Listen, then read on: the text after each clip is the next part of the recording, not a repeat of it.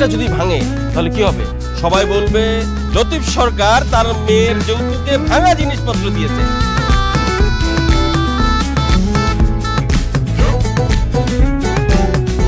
এই মেয়ে বের হও, আমাদের বাসা থেকে বের হও। ছাড়ো, আর একবার ধাক্কা দিবা না। প্রেম করার সময় কি হুঁশ ছিল না? এই মেয়ে, আমি কি তোমাকে চিনি না? কখনো তোমার সাথে আমার দেখা হয়েছে? আমি কোন দুঃখে তোমার সাথে প্রেম করতে যাবো? হ্যাঁ ঠিকই তো, আমার ছেলে সৈকত কোন দুঃখে তোমার সঙ্গে প্রেম করতে যাবে? বাবা এত কথা কিসের? ওদেরকে এখান থেকে ঘাড় ধাক্কা দিয়ে তাড়িয়ে দাও। যাও যাও বলছি। বাবা, বাবা, বাবা। এই দাঁড়া দাঁড়া দাঁড়া দাঁড়া। কিরে মা, কি হচ্ছে? হয়েছে কি? কি ব্যাপার, আমার বাড়ির সামনে এত মালামাল কেন? কে এনেছে সব? আমি এনেছি ভাই, আপনার ছেলের সাথে আমার মেয়ের বিয়ের যৌতুক হিসেবে নিয়ে এসেছি। মানে কি? মেয়ে যেমন পাগল, বাপও একই রকম পাগল। আমার ছেলে যাকে চেনেই না তার সঙ্গে নাকি বিয়ে, আবার যৌতুকও নিয়ে এসেছে উনি।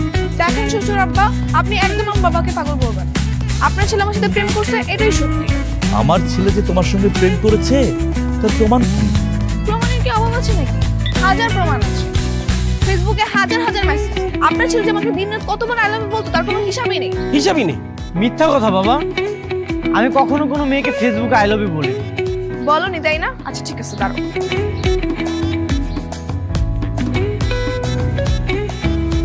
এই দেখেন শ্বশুর আব্বা, দেখেন দেখেন, আপনার ছেলে রাত্রে ঘুমোতে যাওয়ার আগে আই লাভ ইউ, তারপরে সকালে উঠে আই লাভ ইউ, দিনের মধ্যে 24 ঘন্টা আমাকে আই লাভ ইউ লিখতে লিখতে পুরো মেসেঞ্জার ভরে ফেলছে। দেখেন আপনি। এটা তো তোর ছবি। বাবা এটা নিশ্চিত একটা চক্রান্ত। দেখতেছো না বাবা মেয়ে দুজন মিলে এখানে কিভাবে এসেছে? তুমি না ওদের কথা বিশ্বাস করো না। চলো তোমার বাসায় চলো। এই দাঁড়াও, কোথায় যাবে? বাপ ছেলে দুজন এখানেই থাকো। আজকে এক্ষুনি আমার মেয়েকে তোমার বিয়ে করতে হবে। আমার বাবা না আসলে ঠিকই বলেছে, আপনার মেয়েও পাগল, আপনিও পাগল। চলো তো বাসায় চলো। বদ্ধ পাগল। প্যাকেটটা লাগাই দাও।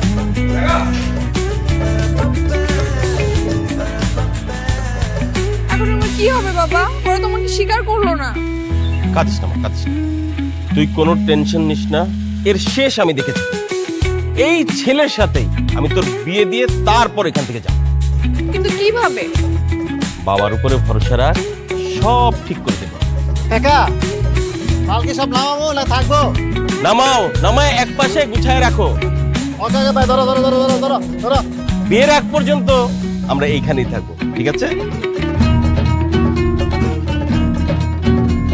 বাবা বুলেট ভাই কোথায়?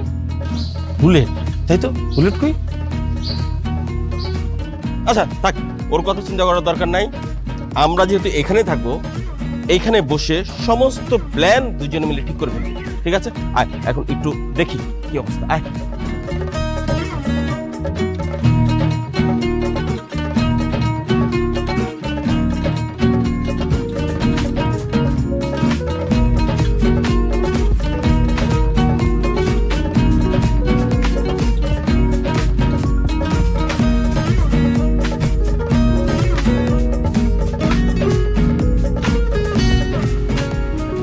স্বাস্থ্যই সকল সুখের মূল।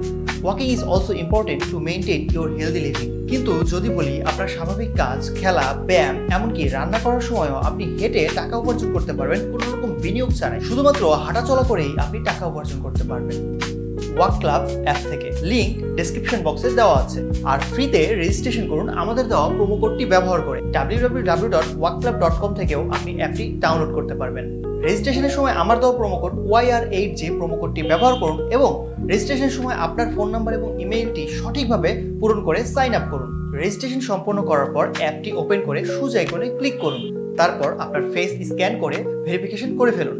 এখন অ্যাপটি ব্যবহার করার জন্য তৈরি। এখন আপনি হোম পেজ চেক করে দেখুন, এখানে আপনি 0 থেকে 2000 স্টেপ স্টার্ট প্রতিদিন সম্পন্ন করতে হবে।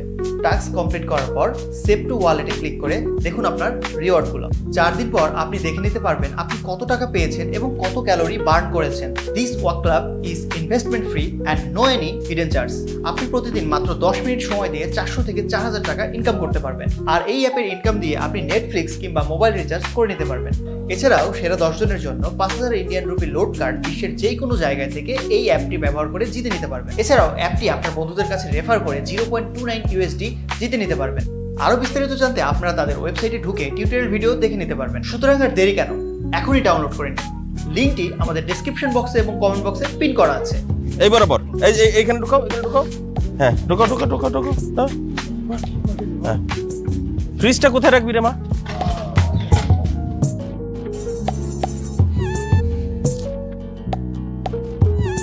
আচ্ছা বাবা, তুমি এখানে নিশ্চিন্তে বসে আছো কিভাবে? ওদেরকে কিছু বলবে না? বলা তো দরকার, ওদের ভাবসাব বেশি সুবিধার না। আচ্ছা বলতো কি করা যায়? কি করা যায় মানে? দরকার হলে পুলিশ দরকার, যা ডাকে ডাকো, না হলে তোরা ঝামেলা করে ফেলবে। আচ্ছা তা না হয় ডাকবো, কিন্তু বাবা কাজটা তুই করিস তো? কোন কাজ? ওই যে কি প্রেম টেম, ফেসবুক প্রেম টেম আর কি, ওই মানে ফেসবুকে আই লাভ ইউ লিখে বারবার সেন্ড করা, এটা তুই করিস তো? কি বলতেছো বাবা, তুমি আমাকে বিশ্বাস করো না? মানে হ্যাঁ বিশ্বাস করি, কিন্তু ভাবছিলাম পুলিশ এসে যদি আবার প্রমাণ করে ফেলে যে কাজটা তুই করেছিস, তাহলে তো আমাদের দুজনকে জেলে নিয়ে যাবে। আচ্ছা প্রমাণ করবে কিভাবে? আমি তো ওই মেয়েকে চিনি না। কোথায়? আচ্ছা ঠিক আছে। স্যার ঘটনা তো আরো খারাপ। কেন, কি হয়েছে? ওই লোকজন তো বাড়ির সামনে বাসা বানিয়ে ফেলেছে। তাই নাকি? বাবা এবার কিন্তু বেশি বেশি হয়ে যাচ্ছে, চলো তো ওদিকে তাড়িয়ে দে, তারপর বাসার ভিতরে ঢুকবো। তুই চুপ কর, তোর জন্যই এত সব সমস্যা। আয় চল তো দেখি কি করা যায়। চলো।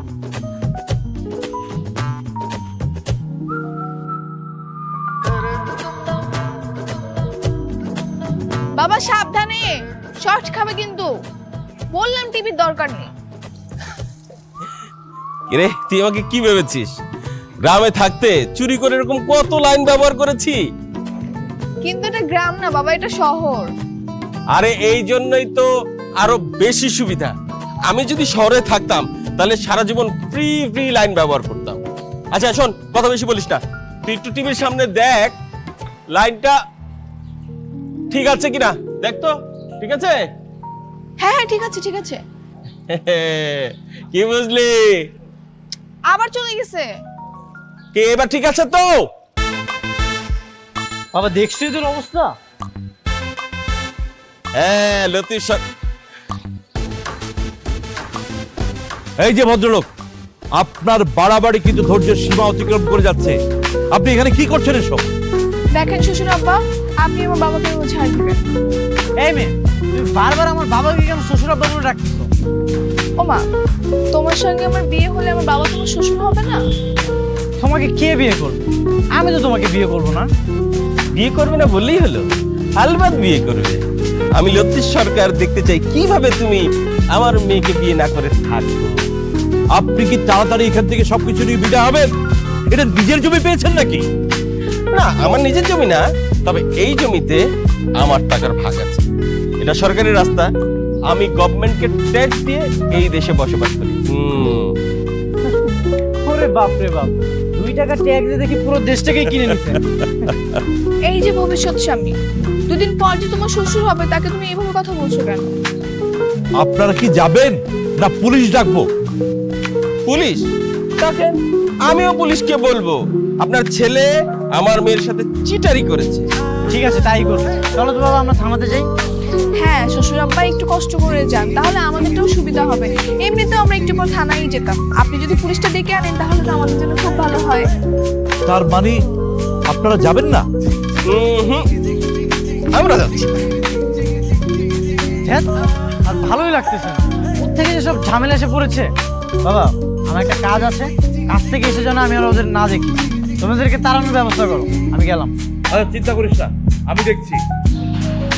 বাবা শুনো, আমি ওর পিছে পিছে যাই, ওকে এখন চোখে চোখে রাখতে হবে, বুঝছো?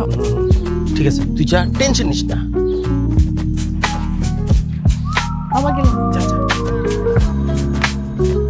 আপনাকে কি করে এখান থেকে বিদায় করতে হয় আমি খুব ভালো করে জানি। এত সহজ না, আমাদেরকে তাড়ানো এত সহজ না। প্রয়োজনে মহল্লার মাস্তান ডাকবো আপনাকে।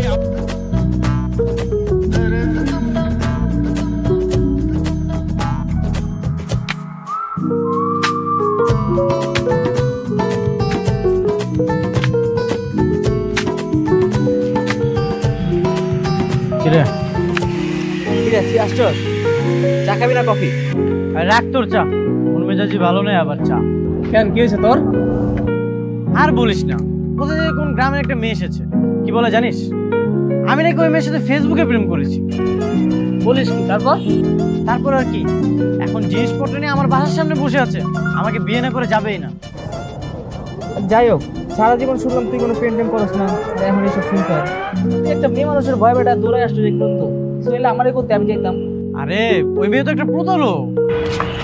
এই তুমি কাকে প্রতারক বলতেছো? হ্যাঁ, তুমি নিজে প্রেম করে আমাকে অস্বীকার করতেছো, আবার আমাকে বলতেছো প্রতারক। বন্ধু, এটাই কইবে নাকি? দেখতে কিন্তু সুন্দর আছে। আরে মোর জ্বালা, আমি আছি এক যন্ত্রণার মধ্যে, আর তুই এত সুন্দরী নিয়া। এখন বল কিভাবে এই বিপদ থেকে রক্ষা পাবো? আরে এসব কোনো ব্যাপার নাকি? মেয়ে মানুষের ভয় পেলে চলবো? তোরা কারেন্ট নিচে দুটো দিলেই লেজ গুটে পালাইবো দেখবি। এই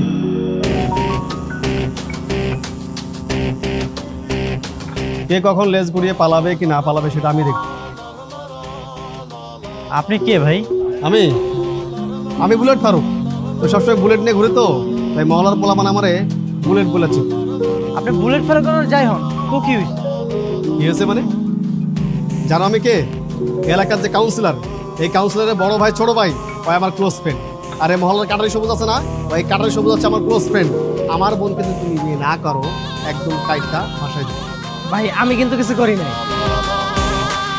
আপনাকে তো এর আগে কখনো এই এলাকাতে দেখিনি। দেখো না, এখন থেকে দেখবা। শোনো, তুমি যদি আমার বোনকে না বিয়ে করছো, এলাকা ঠান্ডা আছে না, আগুন জ্বালাই দেবো, একদম গরম করে ফেলাবো, ঠিক আছে? দেখেন ভাইয়া, আপনি একটু ঠান্ডা মাথায় ভাবেন, যে মেয়েটাকে আমি চিনি না, কখনো দেখিও নাই, তাকে আমি কিভাবে বিয়ে করব? দেখছো ভাইয়া, ও আবারও মিথ্যা কথা বলছে। আচ্ছা যাই হোক, বাদ দাও, আজকে আর দোষ না দিই, চলো।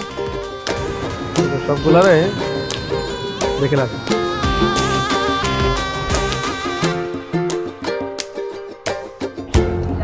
আমার দিকে কি কি দেখতেছস? আমি তো কিছু জানি না। তুই কিছু জানোস না? আমি কিছু জানি না। আচ্ছা, তুমি সারাদিন কই ছিলা? দুপুর থেকে আমি আর বাবা যুদ্ধ করে যাচ্ছি, আর তোমার কোনো খবরই নেই। আরে আমি একটু বের হয়েছিলাম। তোমাকে নিয়ে আসছি আমাদের উপকার করার জন্য, আর তুমি নিজের কাজ করতে গেছো। আর আমি আমার কাজ করবো কেন? আমি তো তোর কাজের জন্যই গিয়েছিলাম। শোন, এলাকার যে বড় বড় পাতি মাস্টারগুলো আছে না, ওদের সব নামগুলো আমি সংগ্রহ করে আসলাম। কেন? সেগুলো দিয়ে কি হবে? চাপাবাজি করবো। আর এটা ঢাকা শহর, আমি যদি ভুল ভাল নাম বলি তো ওরা আমার উল্টা করে পিটাবে। ও, বুঝতে পারছি। টেনশন করিস না, তোর ওর সাথেই তোর বিয়ে হবে। ঠিক আছে, চল। দেখা যাবে তুমি কি কাজ করো আমার জন্য।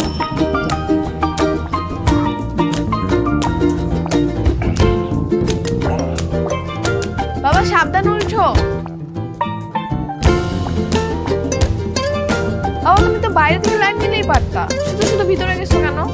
আরে না, সরকারি লাইন চুরি করার ঠিক না। আর তাছাড়া এটা তো তোর